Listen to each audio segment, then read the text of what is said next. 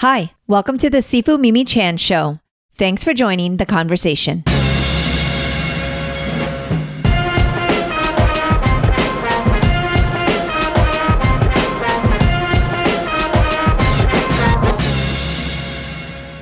Do you have the post-election blues? I know I do. In this MiOsc episode, we practice ways to cope with some of the frustration and anger after the election.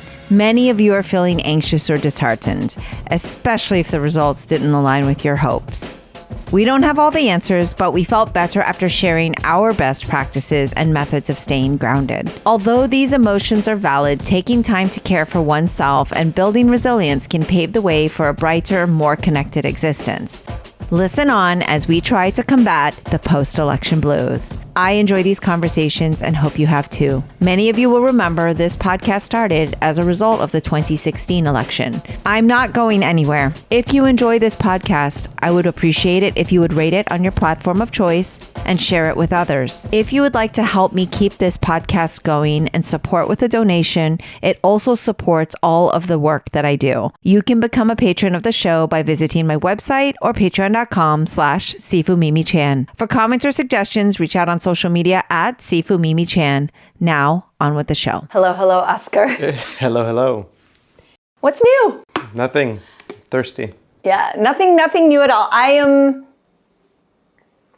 here in my I don't have to shirt. Really lovely gift from a dear friend of Walam, my friend, Louis Hopkins. He also made one for my dad, but it says I'm Grandmaster, so I want to make sure we get some really cool side-by-side photos wearing this. But I thought this was good for today because I kind of want to be in a bit of a I don't want to be any of the things I need to be necessarily, except for Sifu, but it's been a jarring week. Okay. Yeah, I think for a lot of people it has. Some people have a sense of relief and some people have a sense of anxiety. Anxiety is due to the fact that you don't know what the future holds. And an easy remedy for that is to focus on what you can do day by day.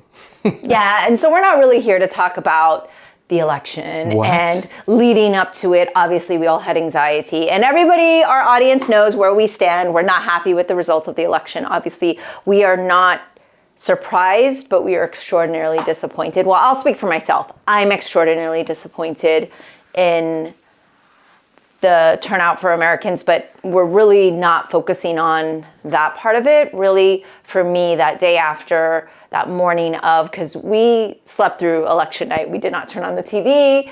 We caught up on Shogun. Great show. Amazing show. Highly recommend. We decided that we weren't going to play into our anxiety like last time this happened because we were up all night. It was super, super horrible. And we just were going to wake up and whatever maybe kind of thing. So immediately I had my mourning period. I kind of had my cry, still angry, still in a haze and upset, but the focus is on what's next. What do I do now when I still have anxiety? Different type of anxiety of unknowing who's going to win, but now we really don't know what's going to happen with the country and all of the politics and all of the rules and all of the fears that we have, that some of them grounded in reality. Some of them maybe we're exaggerating in our minds, hopefully, but honestly, this has really been scary. So we know our 3 listeners, I'm going to elevate us from 2 to at least 3 to 4 listeners. Wow, people have been 3. telling us. Yeah. Congratulations, our 3rd listener. No, we've actually had such amazing feedback on our MiOsc episodes that sometimes we offer some words of, not wisdom, but I would say comfort or that resonates. And I think regardless of what, people have been curious what we are doing to stay sane and positive. And I think though the first step is knowing you don't have to get there right away. It's okay to not be okay, to know that where we want to go. And it's also fine to just barely be okay right now. Accept that you don't have to try to put on a front, right? Yeah. I think the challenge for me is that intuitively, I know that worrying about the future can be anxiety inducing. And one of the best things to do is to just, do what you can day to day, and that accumulates over time. And then at the same time, understanding that all of us as human beings are very short-sighted and don't have a long-term picture. We don't have a good understanding of history, of a lot of things that have happened before, of, what are the repercussions for the future? The actions that you're doing now then will determine the type of person that you become down the road. So both of those things are kind of a little bit conflictive, where I'm like, you know what? Don't worry about the future. Don't regret about the past. Focus on day to day. And then at the same time, the fact of being very short-sighted leads a lot of us to make decisions that are inevitably not to our benefit. And then on the flip side of that, the fact of being short-sighted also, maybe we don't understand that some things are happening that maybe downstream will end up being positive, right? Sounds a lot like hope. Not necessarily like hope, but more of we don't know for sure what is the future entails. And so as anyone who's listened to me say, I am not a believer. I don't think, that I don't believe in a lot of religious fact. And I think that a lot of people who do feel like, well, I know exactly what's going to happen because Jesus told me so, Buddha told me so, Allah told me so, I don't know, whoever told me so. And I'm not saying that that's negative. I'm just saying that that's not the way that I function. So, but I do battle with this, do what I can day to day, but at the same time, try to look at the bigger art, the bigger overarching themes. And I don't have the answer for that. Like, I don't know what the answer is. I'm just saying that's the way that I attempt to look at things. Yeah, I want to say that I think our preparedness in the reality of the situation was a lot better this time than 2016, because I know I couldn't even get out of bed for like a full day, and I was just super depressed and crying like a lot. I had my cry in the morning and my anger still is here, but at the same time, for me, this podcast actually started out of the 2016 election. For those that haven't heard me say it 1,000 times already in every other episode, but like, I turn my anger, frustration, sadness, any negativity into action. That's for me. That doesn't mean that's what everybody should do. But for me, I'm very much action oriented and that helps me. But at the same time, through a lot of therapy, it's been super helpful to also practice so much self-care and knowing that you don't have to just jump into a thing and be busy and exhaust yourself. So what was really incredible, I think we are so fortunate to be in a community like Walam, where the morning after the election, the day after the election, the week of the election, we showed up to a place where in our Walam world, in our compound, but in our community, we had smiling faces, despite the fact we know some people are in serious depression or anxiety or having a lot of fear, especially living in a state like Florida, where it's already been problematic. Amendment 4 didn't go. Even with 57.1% of the vote, we needed 60 for the 6-week abortion ban to end.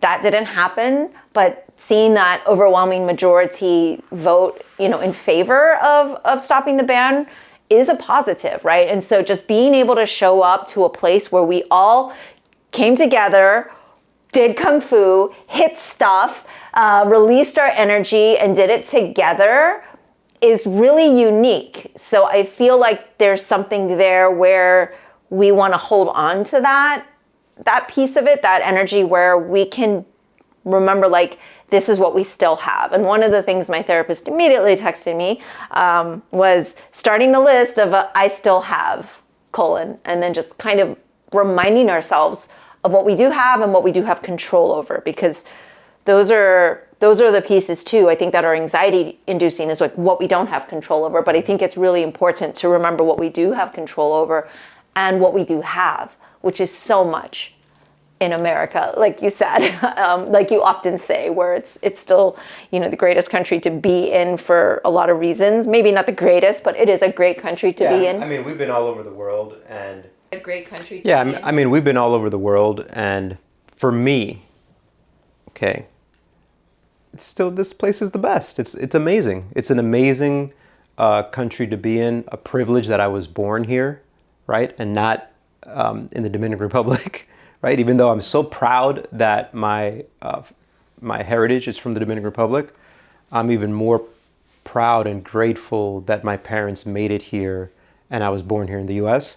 And regardless of, people choose their groups, like I'm part of this team and that team, regardless, this place is awesome, right? Is it the greatest thing ever? Probably not. Is it the greatest thing that has ever been? No. Like, I look at the way the US of A is as the way as I look at my own body. I'm so grateful to have what I have, but I'm always a work in progress. Always thinking about, how can I make this a little bit better? How can I make that better? Looking back and going, I made a mistake again. I made a mistake again. But then celebrating also things that you've done well, like, hey, I'm not too bad over here, right? And I look at that as, I look at the U.S. that way, as, man, this place is amazing, but yes, there's things that could be better, and that makes me not be a bitter person.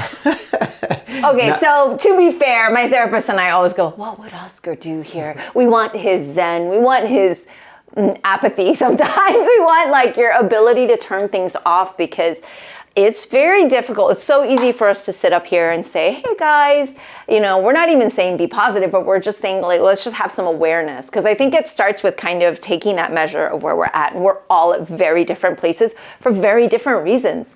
People here in Florida, LGBTQ community, definitely have a reason to be afraid. Sure. 1000%. Their fear level of their rights, the equality that they face, and just all of the barriers is way more than what you and I face in that regard, right? Or as a woman, all women right now here, especially in Florida and all those states where abortion bans are on the rise and already enacted, it's super scary and problematic that they can't get basic health care in an industrialized country like America. Mm-hmm. So there's that frustration. So there are real frustrations, obviously, and real fears.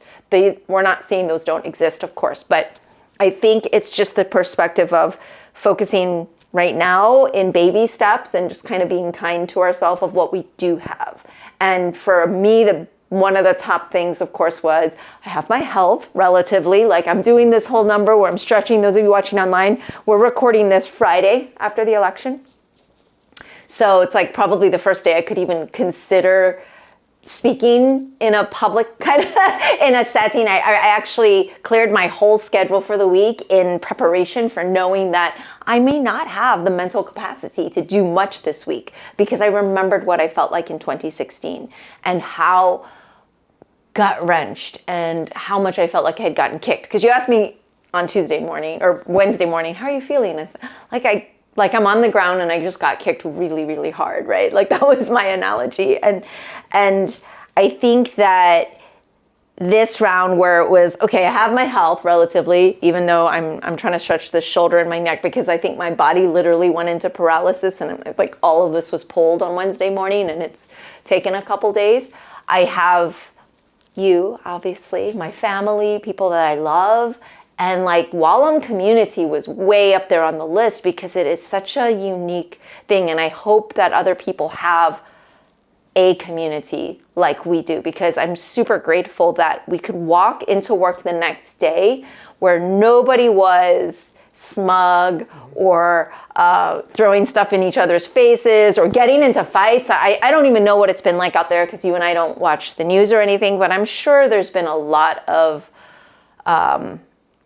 what's the word? Dissonance, but like really aggression. Yeah, like really negative reactions and people who are arguing and things like that. So it was really refreshing to be able to show up to a place where everybody, regardless of how they voted, because we definitely have people that voted in a different way than we did, and just to be able to have a space that's shared where we are working towards a common goal, where we are all there because we believe in kindness and fellowship and hard work and respect and humility and all of the Wallam philosophy that you and I talk about so much on the show. Having that space is a lifeline. And I think is also a lifeline, hopefully, for our students. And one of the things that, we put out some messaging this week to our instructor team as a reminder that this is a strong and safe place for everybody to be there to train in Wallam Kung Fu and Tai Chi. But I think also to our students to just kind of remind them, like, you are here for that, and we are there to provide that art form and all of that, what that entails. Yeah, you use the word smug, and I was thinking about it before we started. I was like, oh, let me look up the definition for it, because I thought the same thing. Like we hope we wouldn't run into too much smugness or whatnot, but smug says here being too pleased or satisfied with something you've either achieved or know. And I don't know if that's like exactly the feeling. I've heard that German word Schadenfreude, which is really you getting pleasure from the discomfort or pain of others. And that's what we don't want to have. Right. Smugness, of course, because smugness is kind of just being an asshole, right? But like the number one rule, like if you eliminate all the 10 commandments and replace them with one, it's just that. Don't be an asshole, right? And so if you look at, the team analogy again, there's two ways to look at your team losing and winning. If your team wins, you could either be with a sigh of relief, oh, okay, good, that went well, all right, I'm happy. Or you could be really smug about it, and that's what, I was thinking about today. I was like, oh, we haven't really run into that. And I think part of it is because of who we surround ourselves with. Correct, that's the big thing. That we don't put ourselves in an environment where even people who disagree with us don't behave that way. And that's really big. Another thing I thought about, and I have to give credit to it's a little bit, maybe sometimes too much of a newsletter called the Marylindian. Let me pronounce it correctly, because fancy. Yeah, I don't even know what it means, to be honest with you. Yeah, the Marginalian. And it's this lady named Maria Popova, and she's writes almost like poetry. She has like 2 newsletters a week, and the content is insane. Like the amount of content that is put out there, I have to skim through it. But one that came out this Wednesday, I believe, the title was A Lighthouse for Dark Times. And it's too long to read through, but the first phase of it was talking about that during a phase of transition, that's when the system is most pliant and most possible. So I'm skipping stuff here, but basically the world would not exist without discomposing transitions during which everything seems to be falling apart and entropy seems to have the last word. And yet here it is, like beneath our feet, everything that's decomposed, we're on top of it. That was like the first part of it. And the second part that really spoke to me was that during those times is also when artists get to work and do things. And for me, I look at that as a martial artist, right? I'm not a painter or a poet or anything like that. Or a singer. Sometimes a rapper. It spoke to me because martial is this, Mars, art of war, that part. Art is what comes from your heart, from your soul, like defining who you are. And so if we can take that spirit of being a martial artist now and focus it in on this positivity.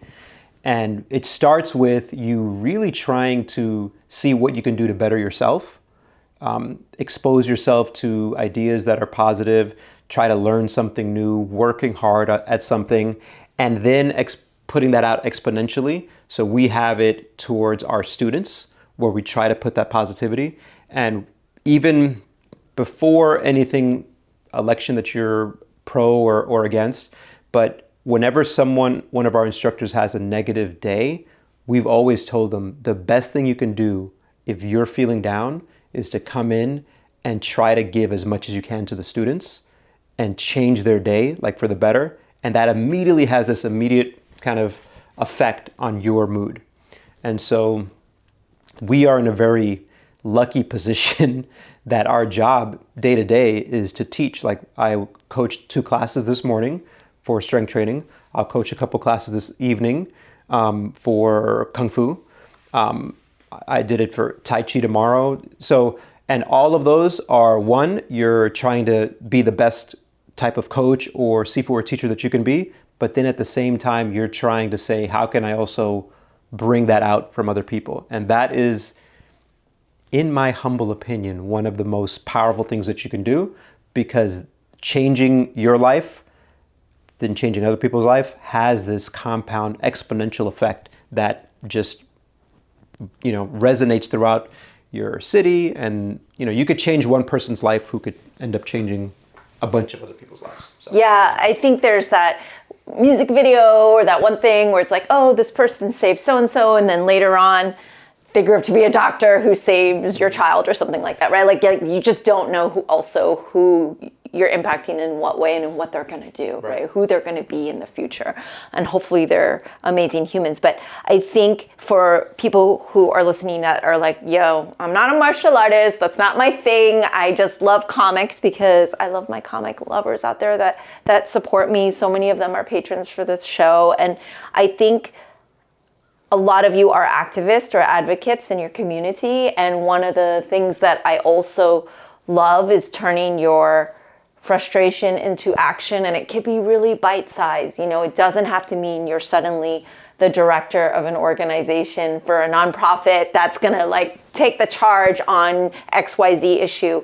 It could be a really small action that can be bite-sized, like, sending a nice message to someone that might be an immigrant having a thing. It's just any kind of outreach, any kind of action that will move you forward, I think is something that can be done. There are a lot of volunteer orgs out there right now that will take 1 hour of your time and they would be grateful for it. There are a lot of things out there that people can be doing, or reading a book that will better society or whatever, like you said, taking in that knowledge. So I know that there's a lot of dissonance, a lot of frustration and sadness. I will, again, name drop, not to make people more anxious and crazy, but the Stop Project 25 comic, even though we don't know what's going to happen, understanding it so that you can speak from a place of knowledge is important. And our dear friend Greg Rucka and so many others,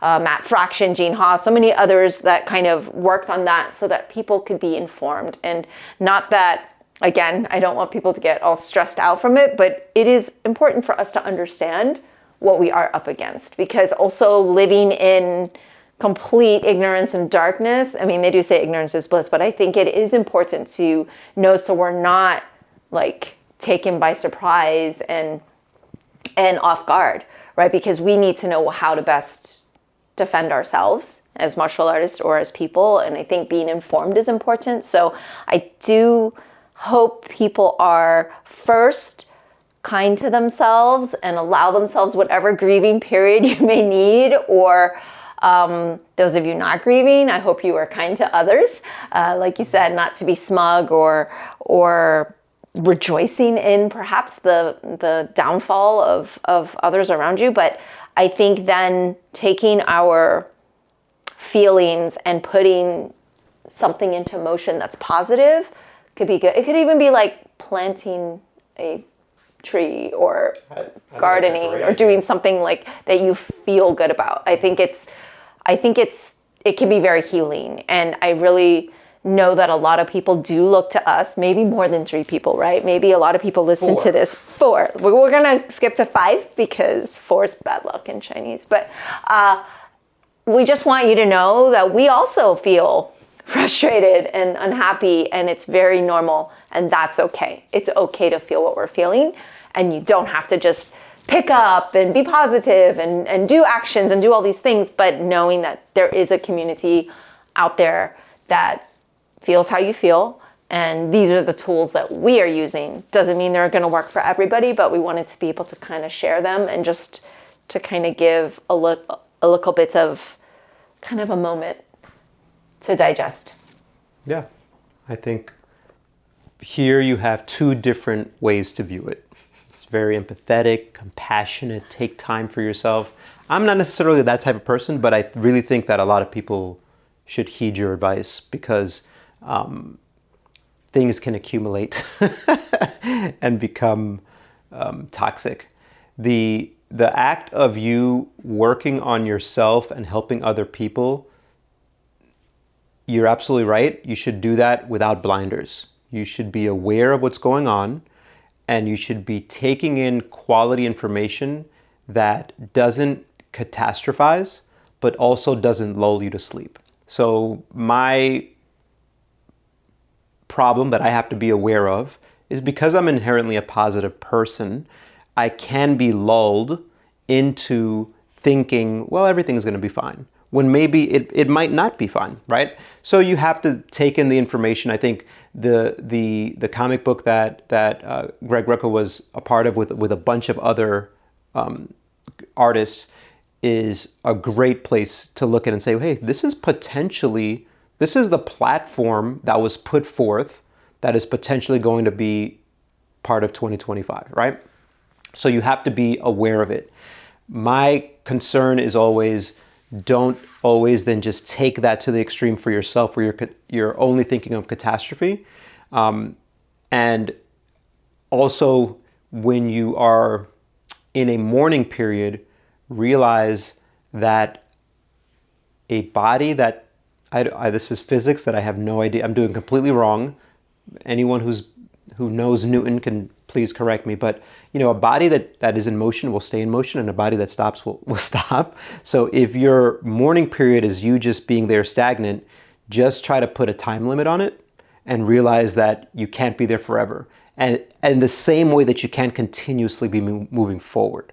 But that inertia or something like that. It's probably inertia. One of the things that also not a good physics student, everybody. Yeah, one of the books that I invested in, and I wish I had grabbed it and brought it here, but is a 4-volume series on learning mental concepts, like the art of learning basics. So I should, and I don't probably have a really good, but I should have a basic understanding of physics, because physics is the laws of the universe, right? I should have very basic understanding of economics, basic understanding of how things are learned, how to process things. You should have basic understanding on how to look at information and realize, and look at it critically, like, okay, is this coming from a very biased source? Is this true information, or is this information that's just meant to rile me up? Right? So that is one of the projects that I have for myself moving forward, is trying to put myself in a position where I can take in information without letting it emotionally sway me drastically, like up and down. Where yes, you may need it to go, okay, hey, this is going on, this is not right, people. But at the same time, you can look at something and go, all right, this is being here overblown. And let's just take a breath and see what this realistically means.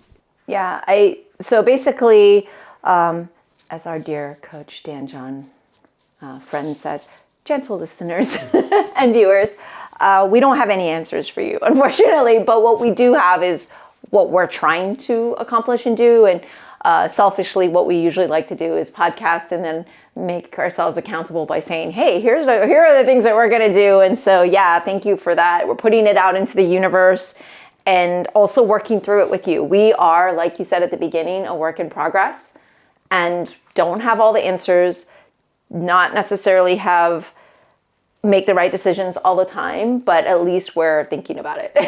And we are self-aware enough to know that we will get through this and we will do it together. I love that. We will get through this.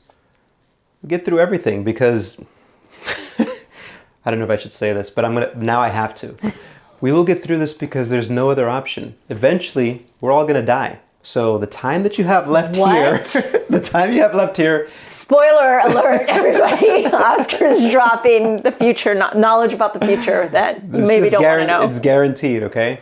And so the limited time that you have, you have to put it towards what you consider to be positive. Okay, well, I'm glad you brought this up as we wrap up, because one of the things we immediately sat down and did on Wednesday was, okay, I still have, so right, we did the list and we were thinking about it, and it was like, you know what? We have people that we really love and we love to spend time with, whether they live in Orlando or not, and we're like, what we will do is make a plan. Obviously, you know, we love vacation. That was one of the first things I did before the election was made a plan to be on vacation immediately after, so that's happening, and that will give us a moment where we will disconnect. Phones will be off. There will be no Wi-Fi in our lives for that week. We're going to really, really do a detox. I already turned off and deleted social media immediately on Wednesday and taking a little bit of a break.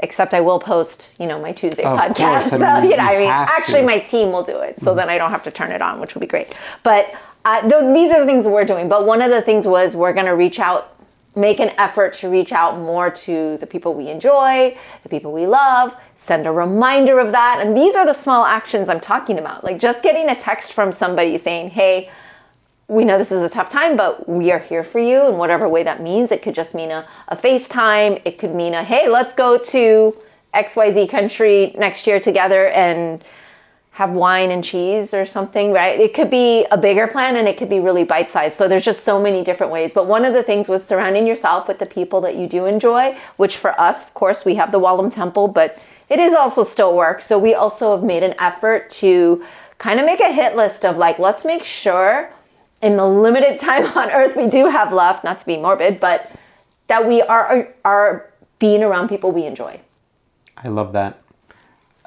As you get older, people out there, we are there in our past the mid-40s.